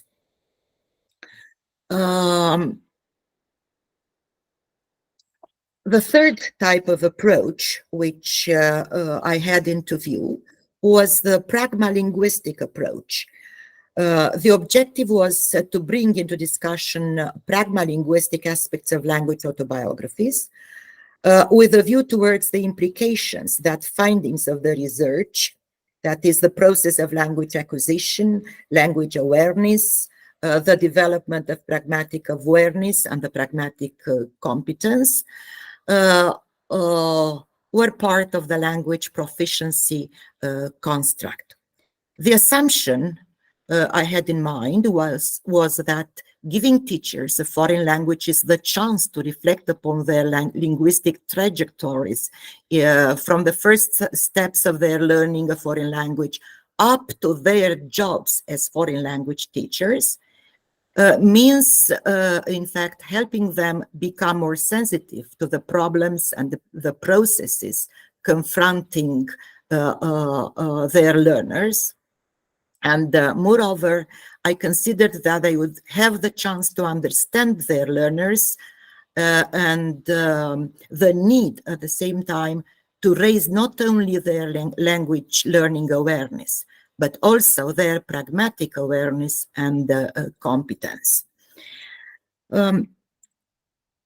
I was also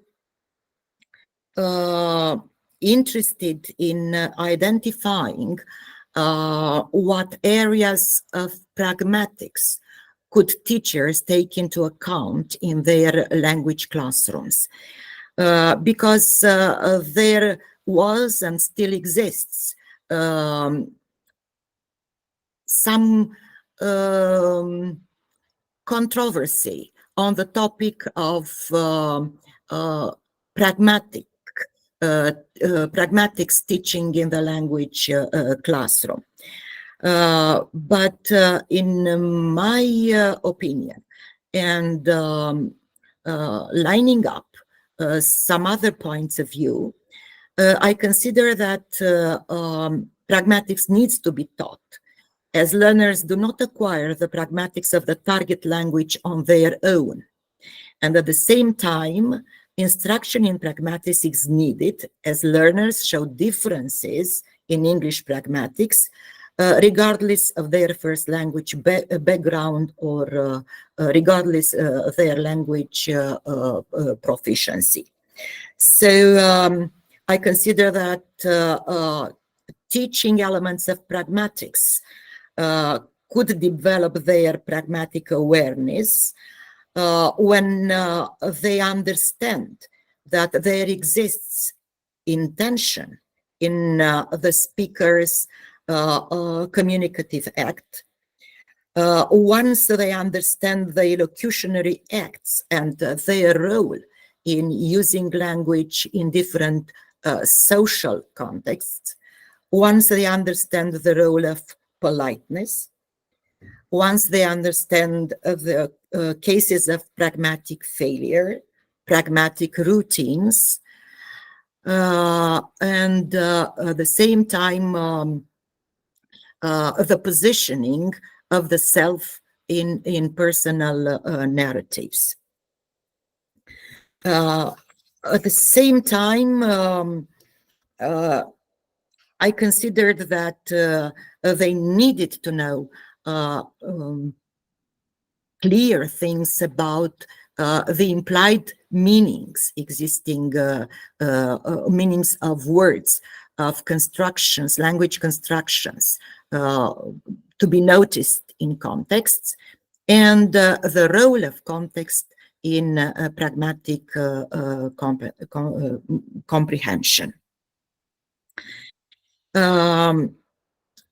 In order to exemplify just a little bit of the way in which my research was connected with what is done in the classroom, or with what teachers need to know about their students once embarked in their process of teaching a foreign language.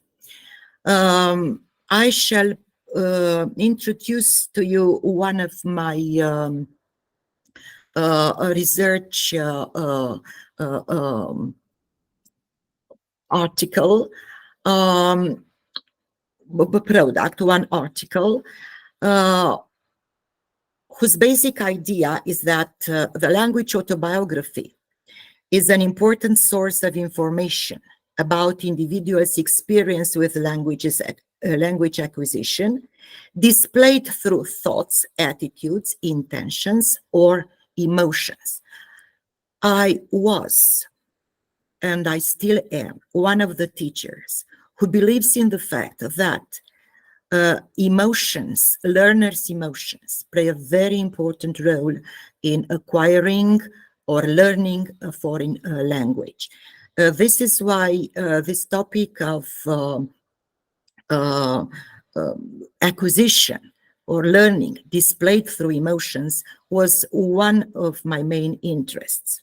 The research question were, how are these emotions conceptualized? How are they expressed through language? And what are the implications of the language of emotion for English classes? The assumption was that if teachers become aware of the emotions they passed through during their process of acquiring a language, could in their turn understand their learners' emotional involvement in the learning process, and thus they will set into motion appropriate teaching techniques and teaching behavior. This is why the participants to this study were teachers of English. The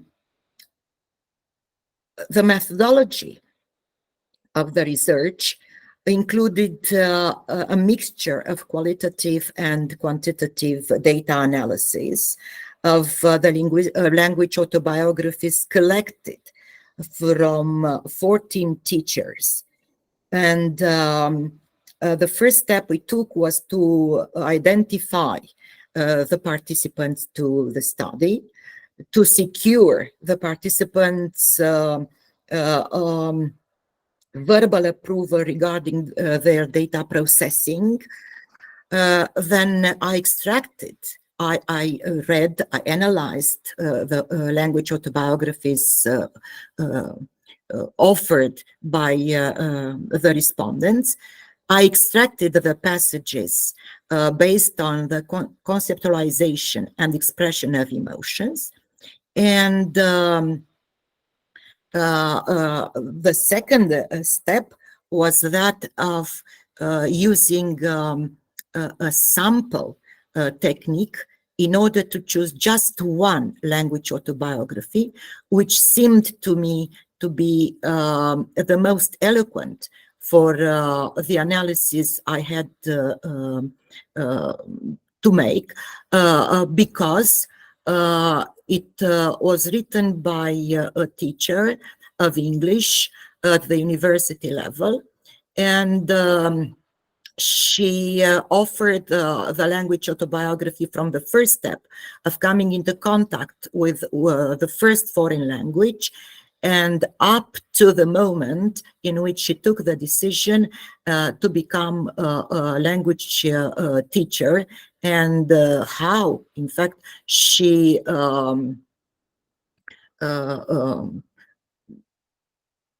was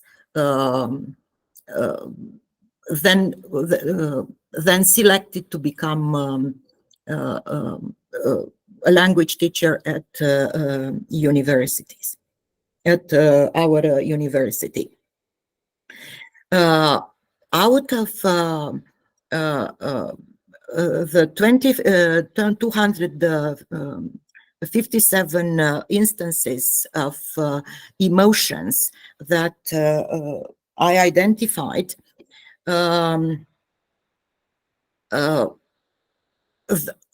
I also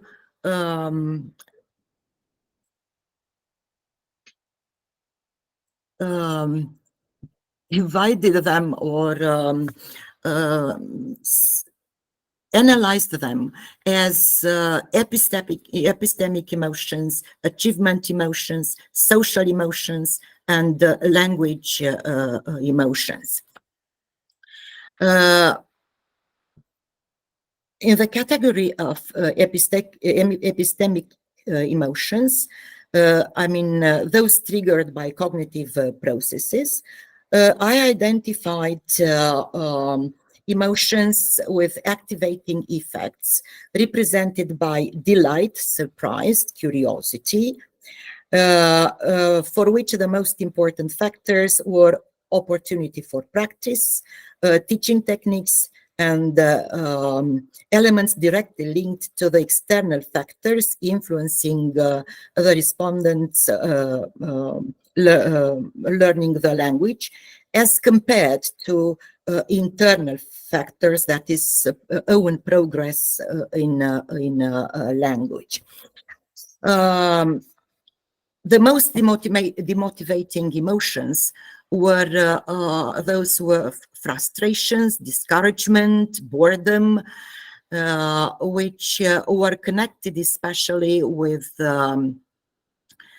speaking the foreign language, trying to solve the tasks in the classroom, individual skills in learning and producing the new language structure, and especially boredom, strictly connected with the teaching methodology that was based on inadequate tasks, either too difficult or too easy.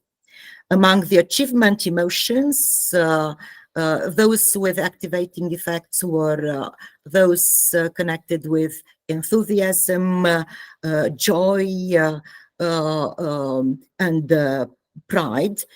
And these were connected especially through the contact created or stirred by the contact with natives, by the teaching techniques, by the interesting textbooks, and the opportunities for practice.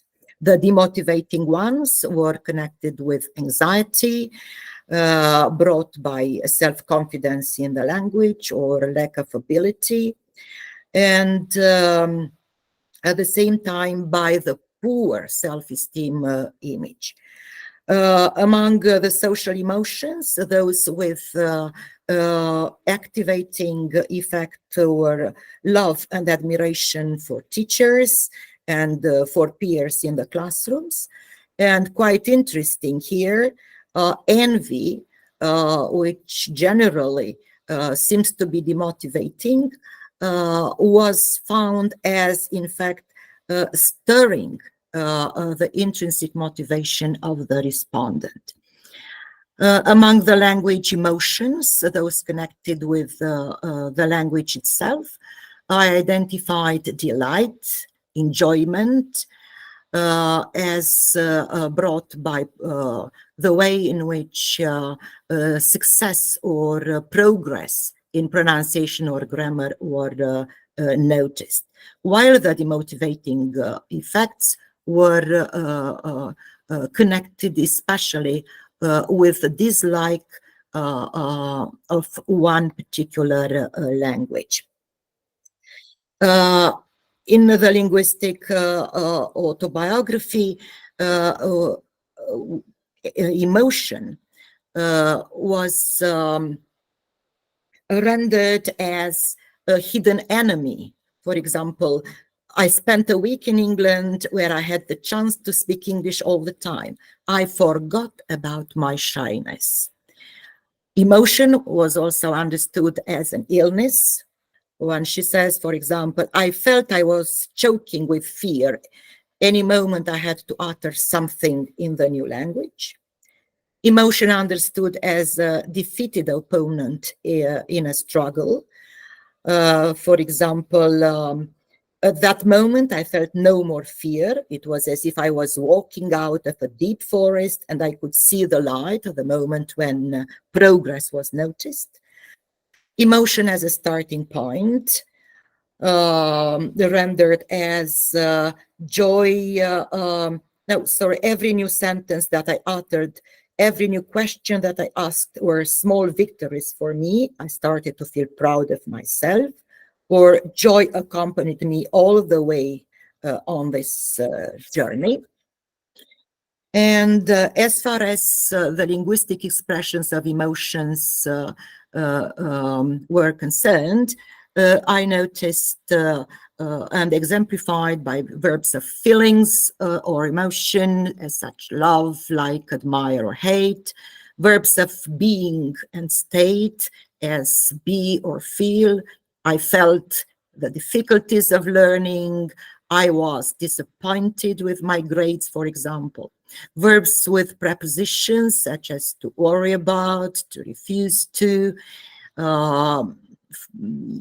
As I was not confident in my speaking abilities in French, I simply refused to use it, although I understood almost all the words in the question. Or nouns which are predominant, such as love, affection, surprise, pride, anger, enthusiasm, or anxiety. Lots of adjectives such as happy, terrified, thankful, proud, or adverbs such as luckily or sadly. In conclusion of the article, and I finish with that, I can say that in identifying and understanding the learner's emotional involvement could help teachers set into motion modalities of using appropriate teaching techniques, and at the same time creating teaching and relational behavior based on support, based on understanding learners' feelings along this journey with languages, if we may call them like that, offering autonomy in learning, avoiding excessive criticism in the classroom, establishing that pleasant, friendly, and cooperative classroom atmosphere. And in my opinion, the teacher's reflective process as a follow-up or before ending in the classroom should start with the questions like what motivated, what demotivated me as a language learner in school and outside school context, or how could I help my learners, for example, experience positive emotions while acquiring learning in the English language, and at the same time stay motivated and become successful in language learning. Thank you. I tried to use those 40 minutes. I could have mentioned many other things. I passed over them, but I think that I could answer your questions and see exactly what I could add to my presentation. Thank you very much, Elena, for the insightful presentation on language autobiography.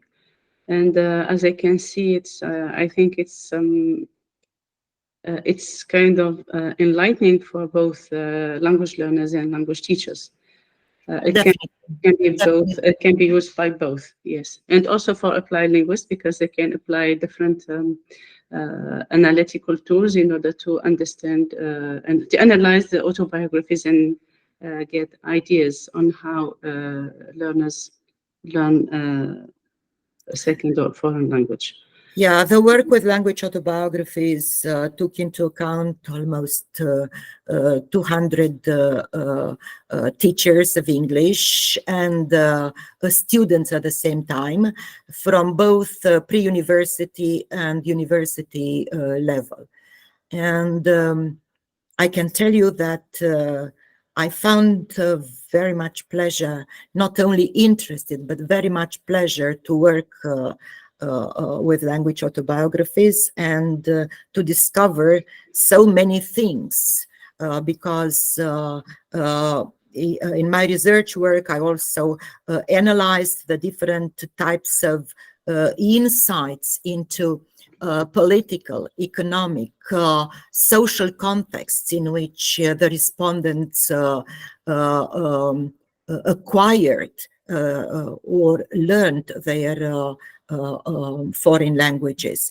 At the same time, I was interested in the critical thinking process in language autobiographies, and especially in intellectual perseverance, because that perseverance in language learning means, in fact, a key to success in learning a language and maintaining its interest. And it proved to be of interest and the key of success for the teachers who wrote those language autobiographies.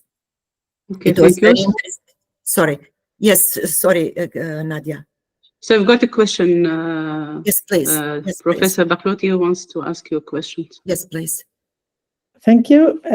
Thank you, Nadia. Thank you, Professor Bonta, for this insightful presentation. It was indeed very interesting to see how we can use this type of discourse or this genre for learning purposes and for improving teaching practices. I really liked what you did, I mean, with your participants. And my question is about any difficulties that you have encountered. I guess you did not have time. You dealt with the positive things, but of course, for the time limit, you could not deal with the problems in administering this tool. Have you encountered any difficulties with your participants, for example, reluctance in writing the autobiography, or in the analysis of the autobiography itself, of the written text? I'm always curious to know about the difficulties that we can find as researchers in administering the methodologies. Thank you very much. Yes, thank you for your question. It is very, of course, it is very important to think about these things before starting the research, and not only before, while doing this research. Because these autobiographies, first of all, were not collected at one and the same point, but they were collected in time. They were collected during all the three projects I took part into, international projects I took part into. And of course, they revealed the respondents' let's say, problems with writing these language autobiographies. First of all, participation in writing language autobiographies was on a volunteering basis. We had sessions included in our projects in which we met teachers from pre-university level and teachers from university level. And we presented our project, we presented our intention to do research on the topic, and asked them if they would like to be, yes, respondents for us. What can I tell you to be believed? Nobody said no. They were very interested in the topic, and at the same time, they were very eager to put down, yes, their stories. Lucky you were lucky. Yes, very lucky, very lucky. nobody said no, not even our students from pre-university level and university level, not even them. They wanted to be part of this project and to write their stories, of course. We gathered then very many stories, but some of them were very, very short, just, sketches somehow of their journey with languages. I love this word for this topic because it is a journey with and through languages. Yeah, and of course we just picked ideas from of those types of language autobiographies, but there were others which were very, very detailed ones.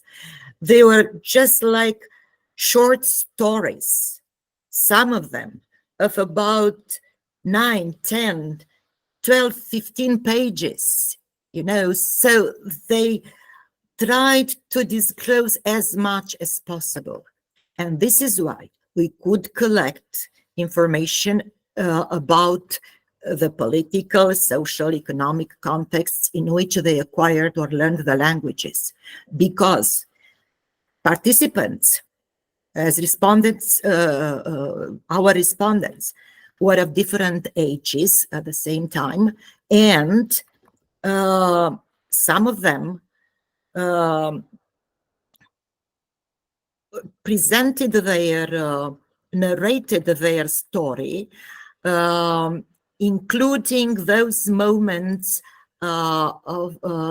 in which, or those years in which Romania was a communist country, and the difficulties they encountered with languages, with learning languages, with coming into contact with languages, because there were problems at that period of time. Yes, and at the same time,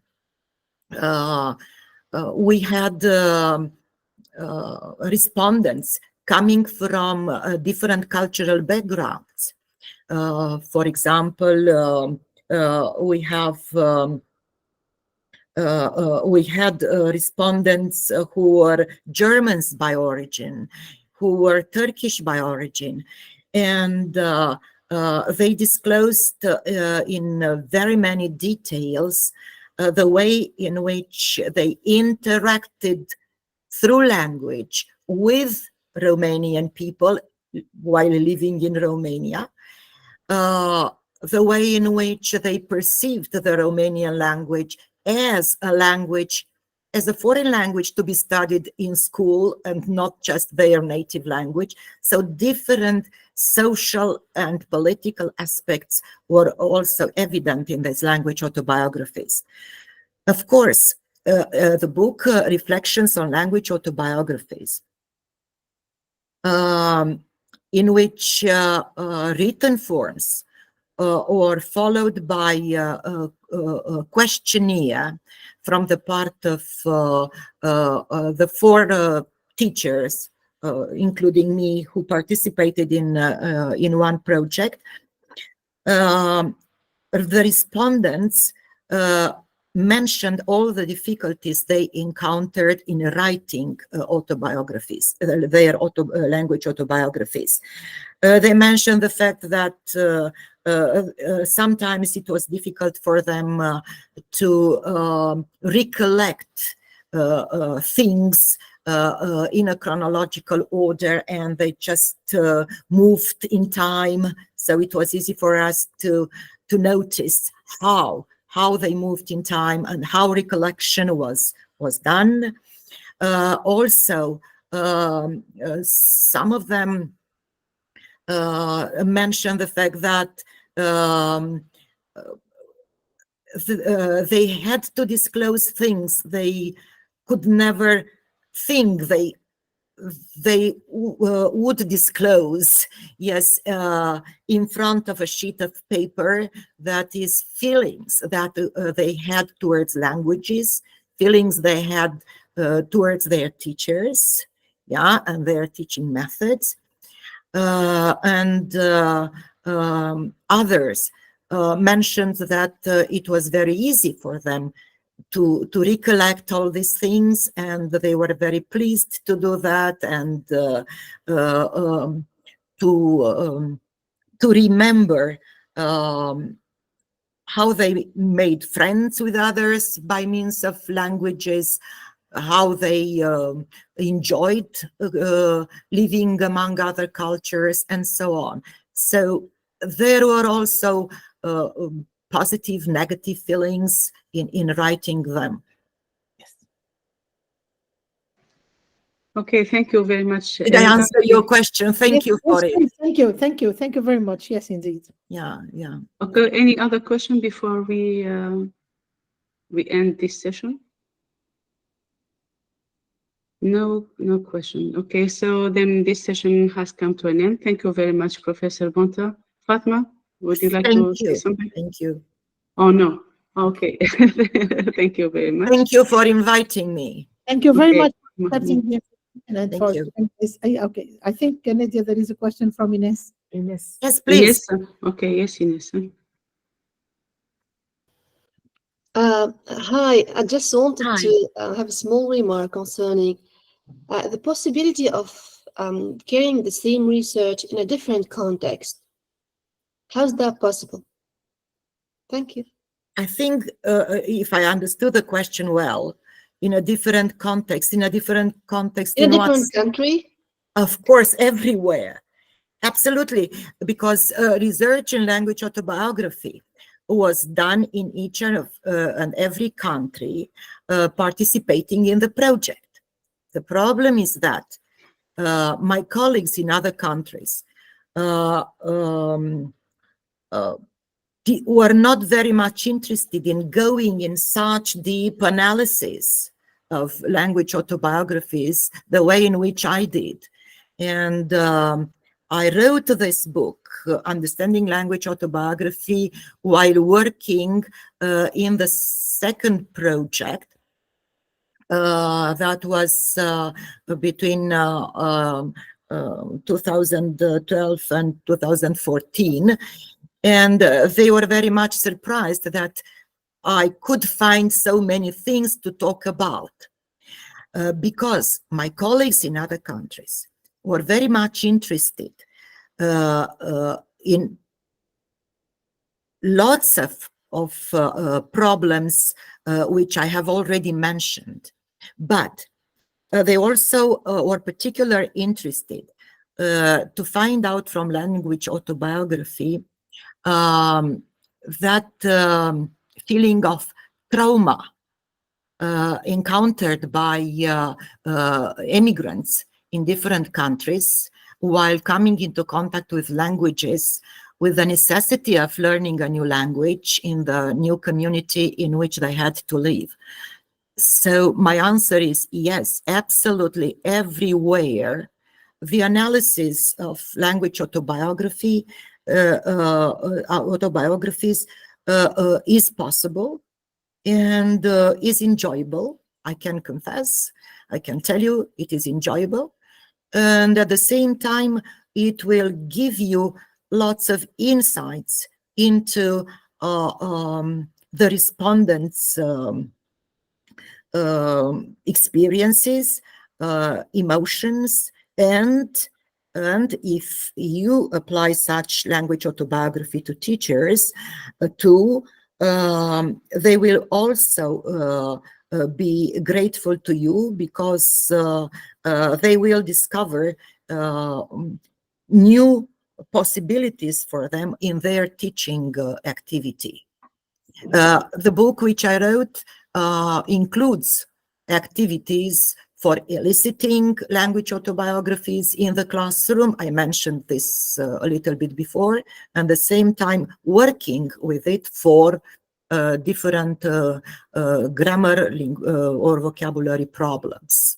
How this can be used, because the language autobiography doesn't need to be, for example, just a full, complete story, but it can be also worked upon if we use just one experience with a particular language, and can be used even with students in the 7th, 8th grade, I don't know, even 6th grade. Yeah, they can have activities such as family tree based on the family, the members of the family's experience with languages, or for example, language box or language map on which they can draw their map, for example, and inside the map they can include languages or places they visited, or places where they had the chance to learn or to use one language that they had already acquired, or something like that. Okay, thank you very much for your answer. Thank you again, Professor Bonta, for having accepted. Thank you for participate in inviting me. this I seminar. think I was clear enough. It's Yes. very difficult just to use 40 minutes, yes, for Yeah. this, but That was So amazing. That was amazing. Thank you very much. thank you for inviting me. very Thank you. interesting. So thank you, Professor Bonta, And again. Thank much you. success in whatever you are doing. Yes, Thank you. we enjoy this collaboration with you, and we expect you to come up with your research work also for our journals, which are indexed in so many international databases, to come to our conferences. Your master class students to come to our conference. We have just finished an international conference for master class students.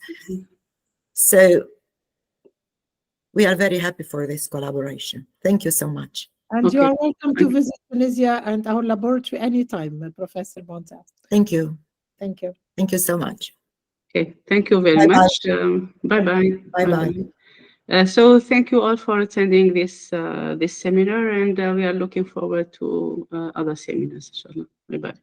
And thank you, Dr. Abid, for having organized this session. Thank you very much. Thank you.